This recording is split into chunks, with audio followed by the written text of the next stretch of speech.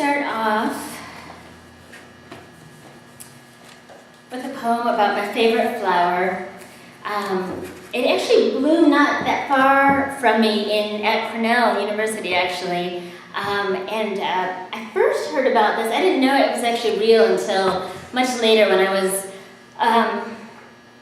in college. I actually thought it was kind of just a joke kind of thing. My mom used to tell me stories about this, and she's a retired psychiatrist, so she should know better, but we didn't have books growing up, literature anyway, in our house.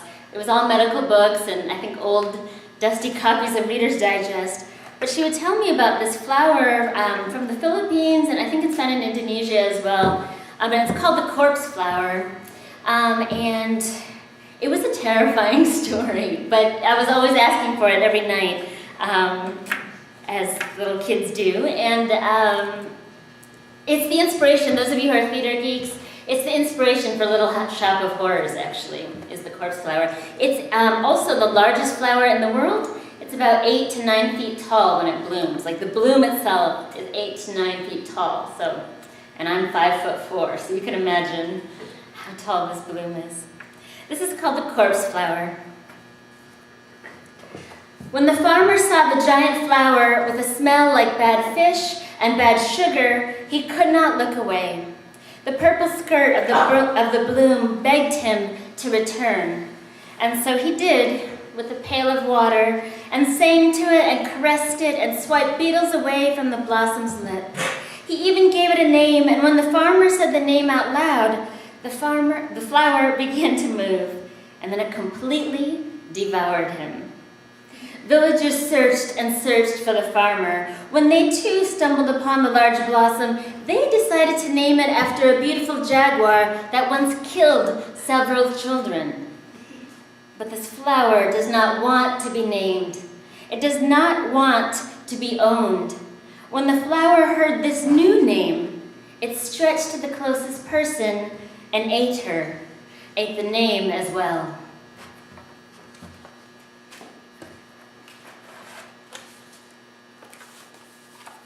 It's not really, now I've got pressure from Sarah trying to be funny. It's not really funny to be eaten by a flower, but kind of, I guess. If you had to go, that's the way to go, I guess. This is called The Secret of Soil, and this is my, I think it was maybe two weeks ago, they stopped, I think it was Encyclopedia Britannica stopped making, did you guys hear about this? They stopped making encyclopedias. I know, they stopped the print version anyway. I guess they're going to do online, but I think many people here in this room, encyclopedias were, before Wikipedia, before anything. I mean,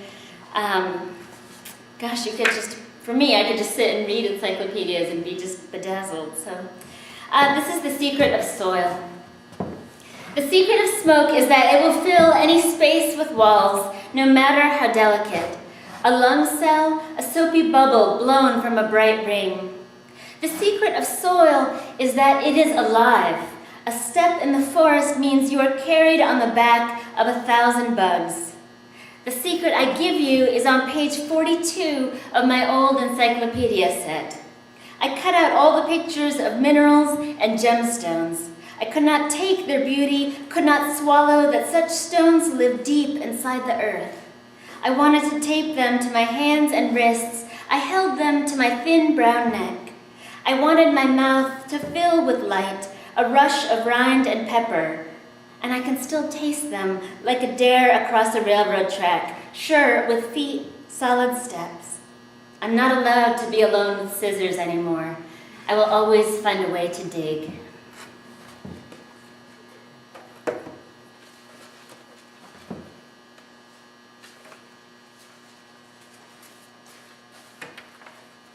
I'm going to read a mixture of new poems and old poems. This is a newer poem. And it's the place to go in India if you want to get bangles, the thin little glass bracelets. There's a special bazaar called the Lad Bazaar.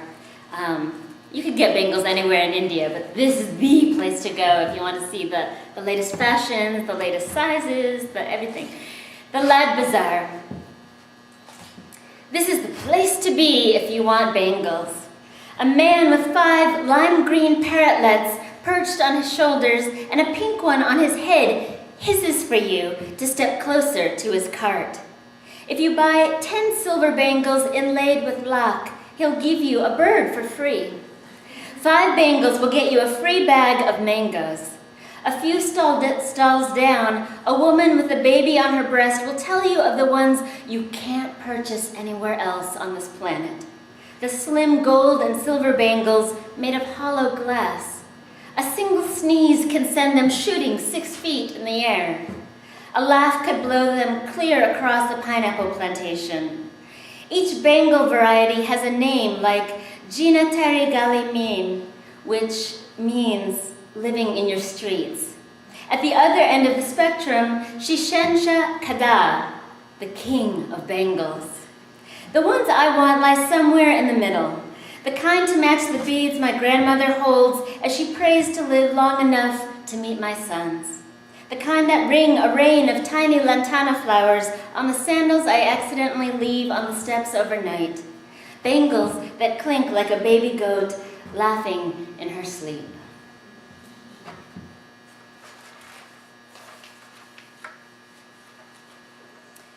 I wrote 2 little kind of back-to-back poems. They're kind of companion piece poems. One is an homage to grief, and the other one is an homage to happiness. Homage to grief. I believe in the tears of an elephant, how they can stamp the ground and even forget they are in moose, panting. I forgot to tell you, moose means they're like, they're ready to mate. So, okay, I don't know how to say it. How they can stamp the ground and even forget they are in moose, panting, and cinnamon shrubs or piles of sugar cane won't tempt them to stop their cycle of grief. I believe in the broken heart of an elephant. When a companion dies, I believe in the rocking back and forth her dry, pebbly tongue. I believe in wanting to wear only dust, hear only dust, taste only dust. I believe in wanting to touch nothing and wanting nothing to touch you. Homage to happiness. I believe in the tail wag of a dog, the toothy grin of an apple-fed horse, and the shine from the wet in their eyes wild with joy. I like the movements in the fine fur of a chimp as he swings from a branch to a rubber tire and thumps his companion on the head with a bright red ball. I believe in the single sugar cube sparkling on the small dish as we sit at an outdoor cafe. Me sipping a soda with a paper straw while you lean in close to point to something that neither of us have tried.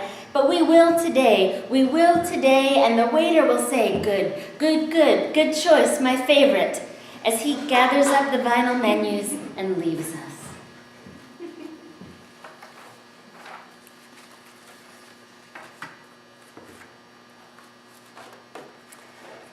I just learned,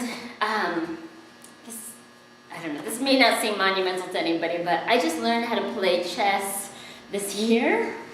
I never knew how to play chess. It was always like too complicated, too hard. I couldn't remember how many movements you can go with each piece. So it's a small victory for me. And this is called chess. Exactly 4 different men have tried to teach me how to play. I could never tell the difference between a rook or bishop, but I knew the horse meant knight. And that made sense to me, because a horse is night. Soot hoof and nostril, dark as a sabled evening with no stars, bats, or moon blooms. It's a night in Ohio where a man sleeps alone 1 week, and the next, the woman he will eventually marry leans her body into his for the first time, leans a kind of faith, too, filled with white crickets and bouquets of wild carrot. And the months and the honeyed years after that will make all the light and dark squares feel like tiles for a kitchen they can one day build together. Every turn, every sacrificial move, all the decoys, the castling, the deflections, these will be both riotous and precise, the exact opposite of what she thought she ever would want in the end game of her days.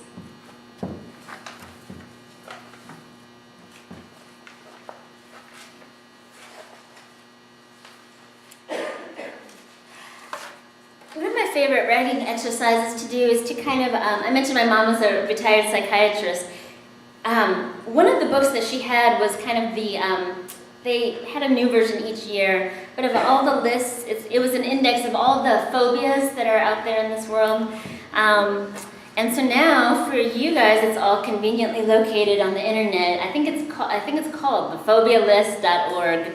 And so I'd like to assign my students to go to this website and check out, all the different kind of phobias that have ever been diagnosed.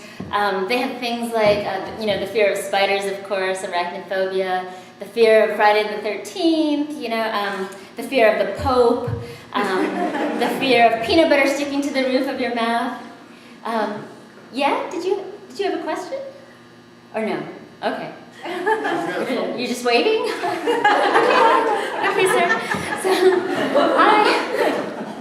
I didn't. Did you have a question? I know one more. Okay, what is it? Xenophobia, the fear of everything. The fear of everything. That's awesome. Great. Phobophobia, the fear of fear. Okay, that's amazing. That's great. Fantastic. Okay, good. So we already have somebody who is all into phobias. All right, I think you're going to be a feature poet here. Great.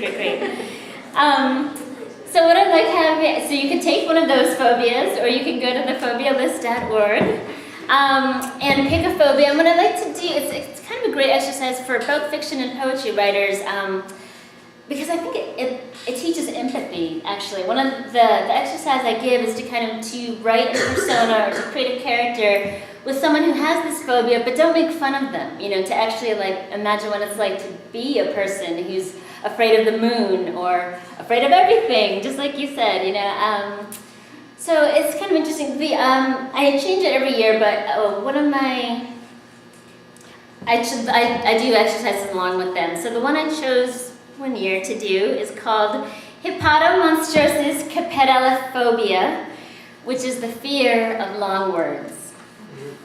And I actually used the longest word in the Oxford English Dictionary, so bear with me. You'll know it when I say it. Hippotomonstrosis Capitalophobia. On the first day of classes, I secretly begged my students, don't be afraid of me.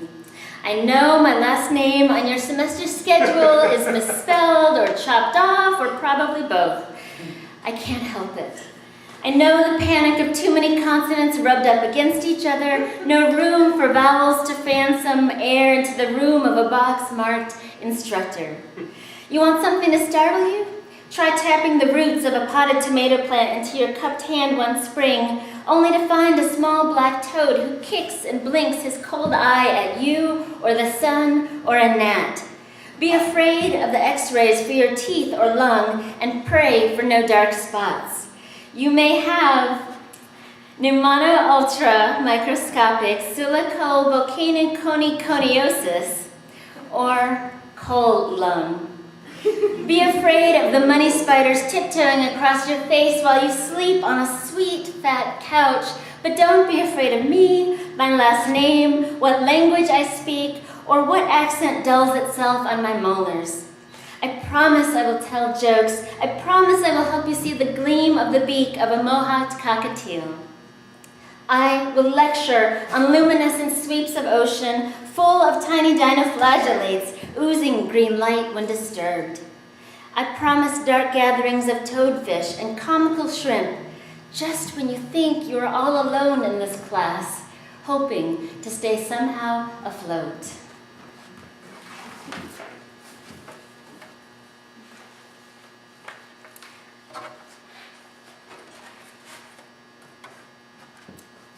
Self-portrait as C-section scar. When I'm happy, I can smile twice at the same time. So thin, a marker tip line with a waxy shine, a vein of a maple leaf, a dog's upper lip, the arm of an anemone. Of all the magical plants and animals in the sea, the hagfish is the most unpopular, the most horrifying, the one that can make children burst into tears. And if that isn't enough, it's the only fish without vertebrae, so it can literally tie itself into a knot to bulge out and pop the small mouths of fish that dare to try eat it. Don't you admire the clever slip and wriggle? Don't you think its nerves are left a little more electric after she is caught? Sometimes, if you put an ear to the dark slash between my hip bones, you can hear a soft hum. Pretend it's the skit of bees in late spring.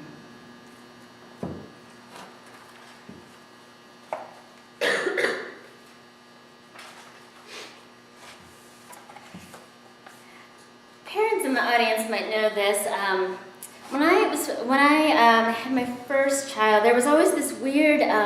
I never wanted to participate in it, but there's this weird kind of competition, always with like other parents though. It was never between my friends who didn't have kids. It was always like, oh, my kid started walking at 9 months, and then it was like a race, like my kid started rollerblading, at 2, or my kids can speak 4 languages before they were 12 months, that kind of.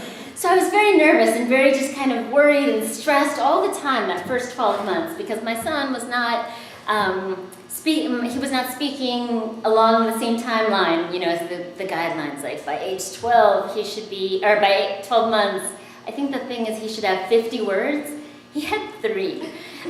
It was like Baba, which is me, Dada, and cake. It was so embarrassing. And the thing is, he never actually had cake until his birthday, so I was mortified, like how he could identify cake. Anyway, so I was very, very stressed out with all of this.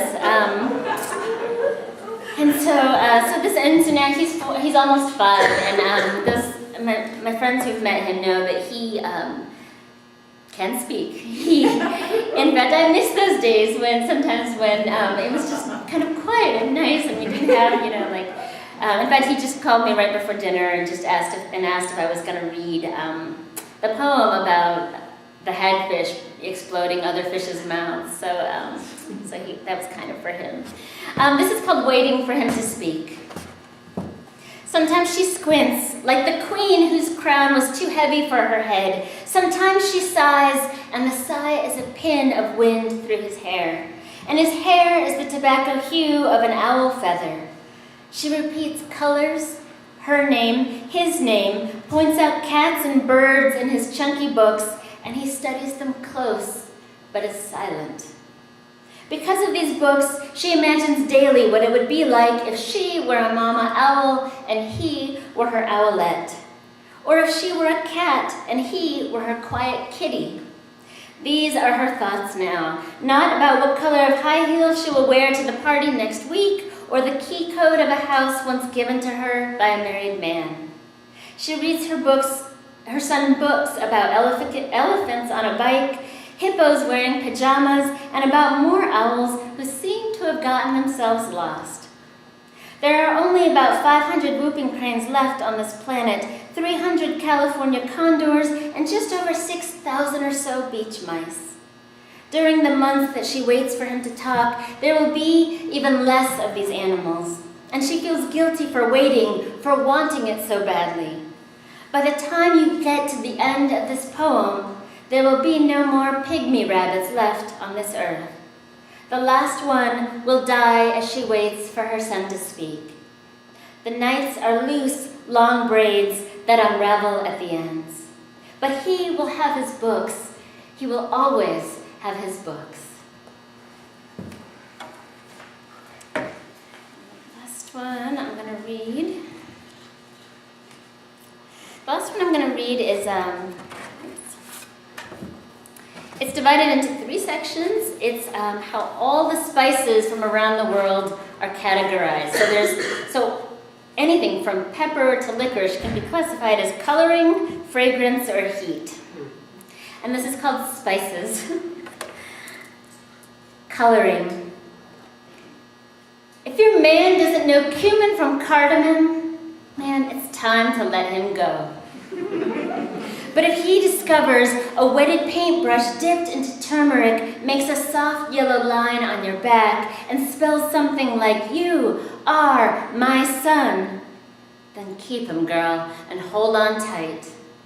I like a cupboard packed with jam jars rubbed clean, full of the sand of fantasy beaches of me and my man and a paintbrush I conjured up just last night. A cupboard where the difference in reds means danger or victory for my pot of stew. Fragrance. And what about cloves pierced into a fat orange, strung up with ribbon at Christmas?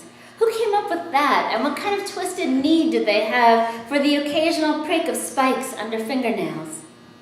Once, when we were leaving Bombay Palace, my father spooned caraway and licorice bits into my palm from the jade bowl on the counter and said, "This will clean your breath."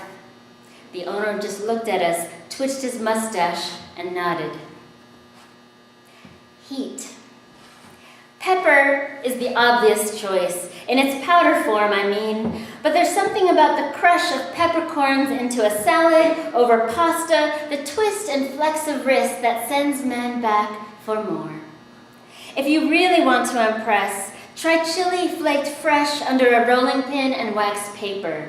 Make sure he sees you doing this labor of love. Act as if you do this at every meal, that this is how it would be every day if he desired. And after dinner, float some into his tea, slip some into a slice of cake, but be careful for the warmth of his mouth. Thank you.